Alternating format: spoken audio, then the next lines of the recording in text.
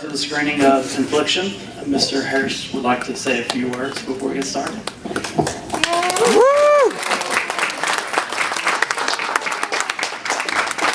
Thank you. That was loud.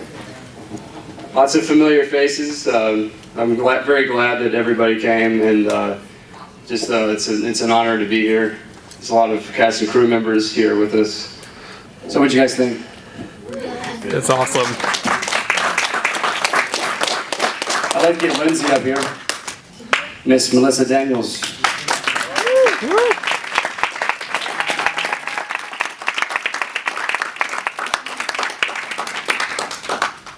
Any questions? How long did it take to shoot? We did the first shoot in October 2010, and then we did the second shoot in April 2011, and then October 2011 is when we finished it. Yes. You kind of left it as there might be, or maybe a sequel to it. Well, I mean, it depends on how many people like the movie. Like if you make a sequel, for the fans, like if people want to see a sequel. If not, I have plenty of other ideas for completely unrelated projects. Well, I know he didn't kill her. He could have, but he didn't, and he's like, save it for another day, kind of.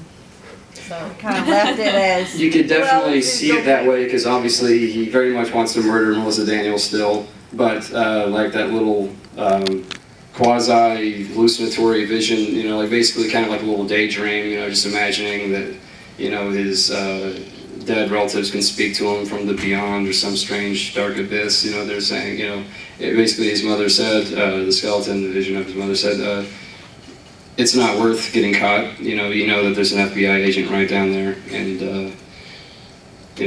why waste everything you're trying to do and simply just get arrested, because you're not going to get away with it.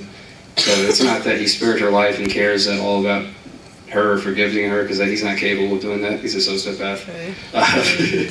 But it's like, I have to escape. That's better.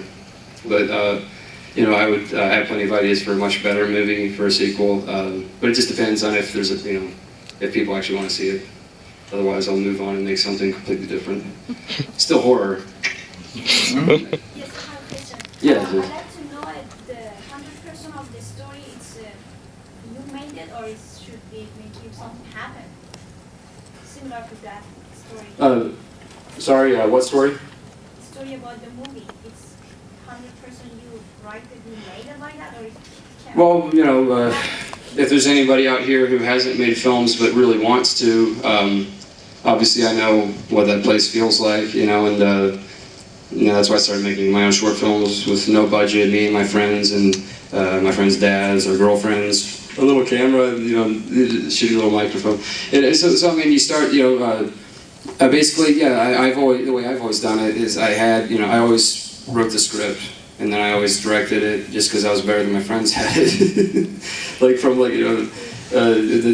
We all acted, so I'm just used to doing all that stuff. So simply, I always express myself like the same way I wrote the lyrics when I sang in a metal band or drew when I was a kid. It's just my way of intimately, I guess, expressing my ideas or my emotions, or just simply a story I just want to see on the screen. So I need to make a movie. What do I gotta write something?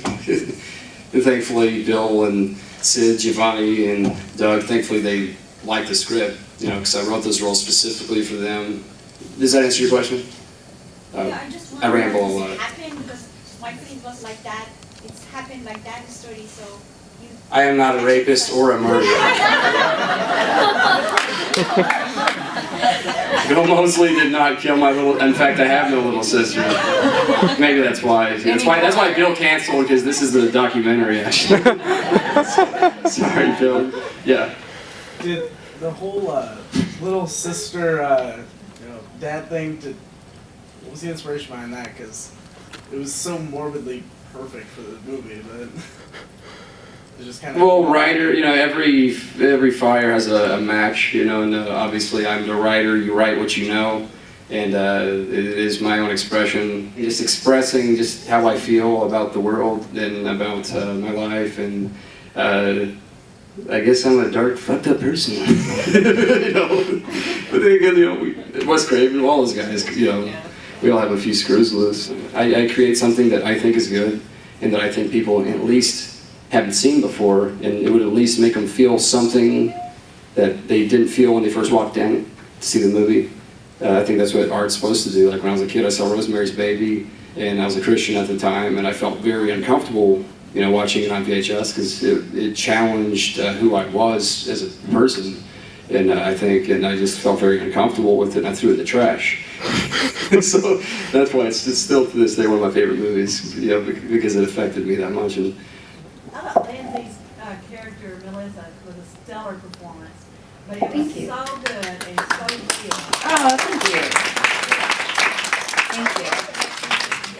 It took you to a very dark place, and I was afraid it might take you in real life. Oh, I made everybody around me pretty miserable. Anytime I was I think it's my fault. I kind of made everybody feel how I usually feel, and I didn't. Yeah, I told Matthan he was gonna like start something where I just immediately saw him and I would just start crying and you know, some type of, I don't know, automatic response. But yeah, you know, but I think anytime you're an artist, you usually find, like, whenever you film something, I don't know why it works out that way, but a lot of times, you know, I think I was in a darker place then, anyways, in my life, so it was, in a lot of ways, cathartic, and, you know, the best thing you can think about is you're just working out shit, you know? If you gotta cry, you might as well, I don't know, make it not in vain, and kind of work out some things, and use it, you know? Mr. Mara.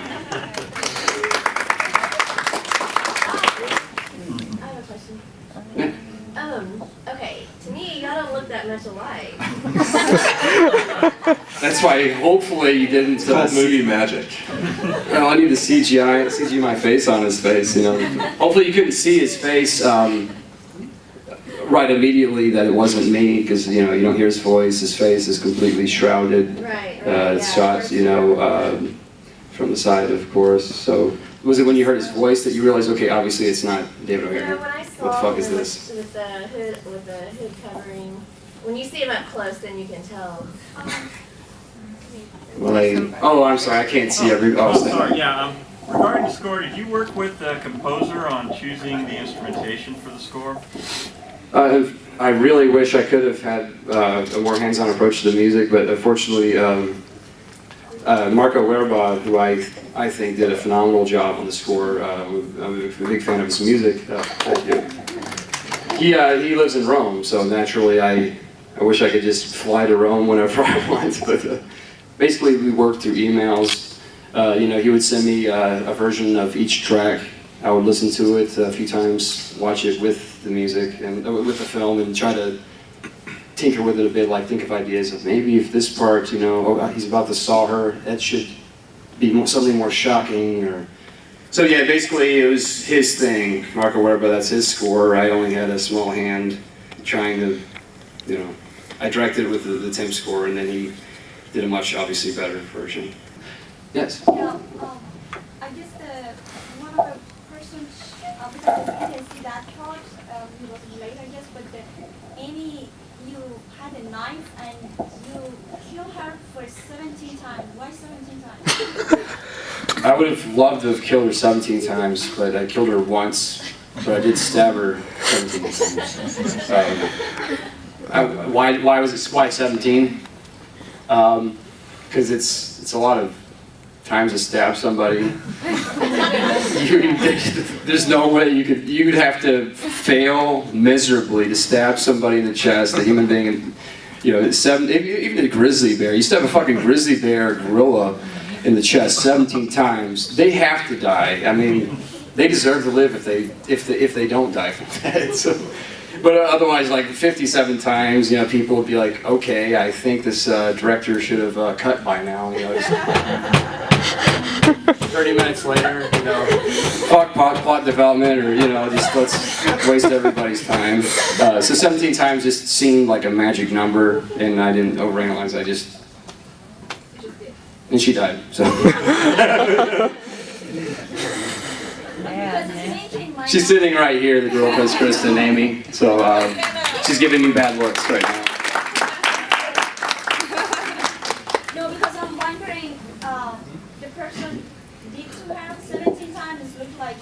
he was so mad with this person, so. Oh, he absolutely was. Because she was interfering with his plan. Yes. During the creation process of this, I'm sure you take many things to inspire you, but what's something in a movie that you've personally been disturbed by? I'll start when I was really little, Rosemary's Baby, like I said, just for the religious, kind of, tension it had of questioning, like Satan could, you're not immune to his grasp, so to speak, and he could literally be on Earth controlling things, and I find it a very challenging movie, and Polanski's obviously one of the great directors. So that was the first one I think that really got to me, and then of course the Alien movies when I was really little. Aliens was the first movie besides Rosemary's Baby that gave me nightmares, and I have to say Candyman gave me some nightmares. I think I saw it in 4th grade, and the fact that I guess when I was a kid I saw it, and that there was a baby killed and the kid with his penis cut off in the bathroom, the mentally challenged kid. I found that very disturbing as a kid because I wasn't used to stuff like that. That was beyond Friday the 13th part, a million. That was like that. I found that deeply disturbing. And then Cannibal Holocaust was probably the last one. You see that, and then you're like, eh. You're immune to whatever comes afterwards, I think. Sorry, film. Well, I thought that sucked, honestly. So It did suck. It was miserable. So Cannibal Holocaust, I think, is the most effective horror film of all time in terms of disturbing you. This guy. Whenever you cast a psychiatrist, I mean, it's like he's just Sid Haig, of course. yeah. With every other movie I've seen with him, he's kind of like anti-psychiatrist, or he needs one. How does Actually, he was he told us when we were shooting, he told us about how in real life Sid Haig is also a, what was the term, hypnotherapist? So in real life he actually is a licensed doctor. So I mean, it's not, if you meet him in real life, he's a very nice man, very kind, so it's not too far-fetched that he's not, Captain Spaulding in real life. But here, tell me. No, I would want him to be my therapist, yeah. If anybody I could have, I'd go to Sid Haig. He could wear the clown makeup too. I asked him to do that. It's a little off session, but he wasn't down for it, so. Sid Haig, yeah.